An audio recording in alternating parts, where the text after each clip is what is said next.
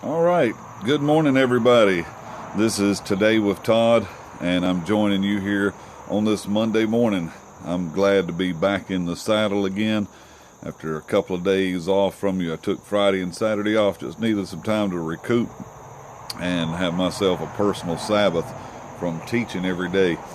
I'm going to be coming to you and starting a conversation with you this week about entrepreneurship. That's right. What does it mean to be an entrepreneur? This is one of the things that I know is my God-given purpose, to speak into people's lives about them being an entrepreneur. So I'm so glad you can join me on this Monday morning. So what is an entrepreneur? Let's just jump right into this. An entrepreneur is someone who starts a business or businesses or possibly organizations. So that's what an entrepreneur first of all does. But an entrepreneur has to develop a business model. So if you want to take some notes on these things, write these things down for you, because I believe that there are many people that are called to start businesses or organizations, and some people are ready to make a move toward that. And you may not quite be ready, but if you'll just pay attention and listen to what I'm telling you, then I want to talk to you about developing entrepreneurial skills all week long. All right. So I'm only going to be with you a few minutes each morning. So I'm going to hit things quick and hard, and I'm going to go fast. So if you need to take notes on something or go back and watch the video, do that. So an entrepreneur is going to have to develop a business model. He's also going to be required to acquire resources that are both material and human. He's going to need humans in the effort of his entrepreneurial skills. So he's going to need skills with people. He's going to need people skills, but he's also going to need materials that are necessary for that function as an entrepreneur. An entrepreneur also is going to be the person that is fully responsible for both the success or the failure of that business. So he's got to know that there's going to be risk involved. Now, let me tell you a couple things about being an entrepreneur. For some of you, you may already be an entrepreneur. Some of you may be saying, what is an entrepreneur? People are at all different spectrums. Number one, let me establish something with you. Here in America, the present education system, nor society, is structured to encourage entrepreneurship. For the most part, we are a post-industrial society and in a technological age.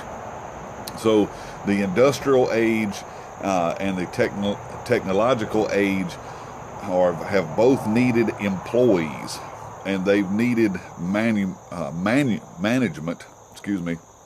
to ensure their manufacturing. All right. So I'm talking to you about being an entrepreneur. Now, some people may say, well, what are you doing talking about this? Well, I believe that God has called many people to be business owners, and He's called them to be involved in the marketplace. And they need the necessary skills to not only be an employee, but I believe that many people have been called to own their own business. So I'm talking to you about this, and I'm beginning the conversation. This is the beginning of it this week. So you've got to know, number one, that the educational system and our society is not structured to encourage this. It's more structured to encourage you to be an employee. You may hear statements all along your life, go to college and get a good job. Well, that's not an entrepreneurial mindset, okay? So one of the things that I see happening right now is that we're in a society that is shifting into a very highly advanced technological society, and entrepreneurship is going to be vastly needed in order to spurn creativity. Why? When you're in a post-industrial society, people begin to lose their jobs because we're not manufacturing goods anymore. In the United States, many of these jobs have moved overseas. And this is going to require people to be creative, and they're going to have some entrepreneurial skills. So an entrepreneur will have to look outside of traditional paths of education. That's very important to understanding entrepreneurship. You're going to have to look outside of traditional paths of education and career paths in order to attain necessary skills to both develop a business, to organize a business, and to manage a business. Now, I'm not saying if you have a business degree from college that disqualifies you. That can actually enhance, but to be an entrepreneur, you don't have to have a college education in business, okay? So entrepreneurs have to first be self-starters, and they have to be self-motivated. You know, I'm an entrepreneur. I have my hands in a whole lot of different things. I have been in the realm of self-employed entrepreneur for over 11 years now. Actually more than that, but I have been out from under being an employee for over 11 years now. So being an entrepreneur does not mean that I have to know everything. Okay, let me establish a couple of points with you in knowing this, because somebody may think, well, what have I got to know? Well, first of all, you got to know that you don't have to know everything in any related field or in a related field or to be an expert in it. But you're going to have to consult people that do know more than you. You will have to attain mentors that can mentor you in a particular area, and you're going to have to be the person that gathers the information, and ultimately you become the person that hires the correct people with the know-how that you need in order to succeed in that business.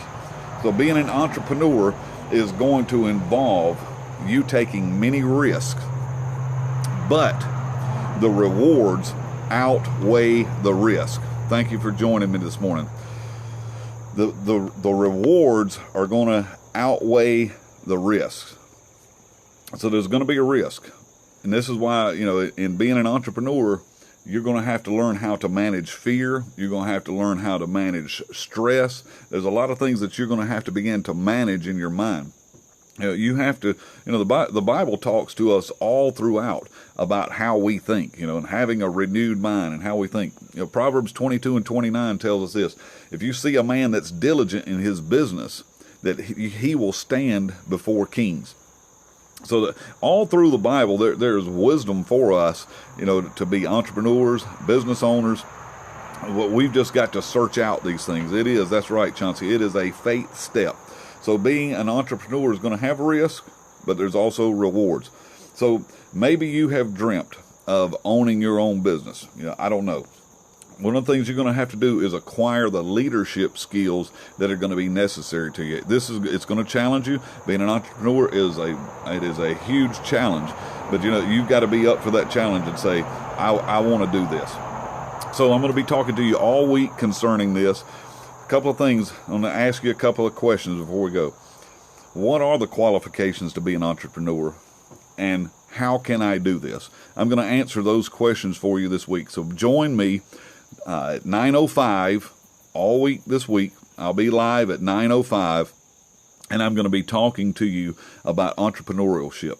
I believe in you. I believe you can do this. And more importantly, I believe that God has a plan for your life, and He has something that He has given you that you are able to bring into the earth. You have a purpose, and God has a plan.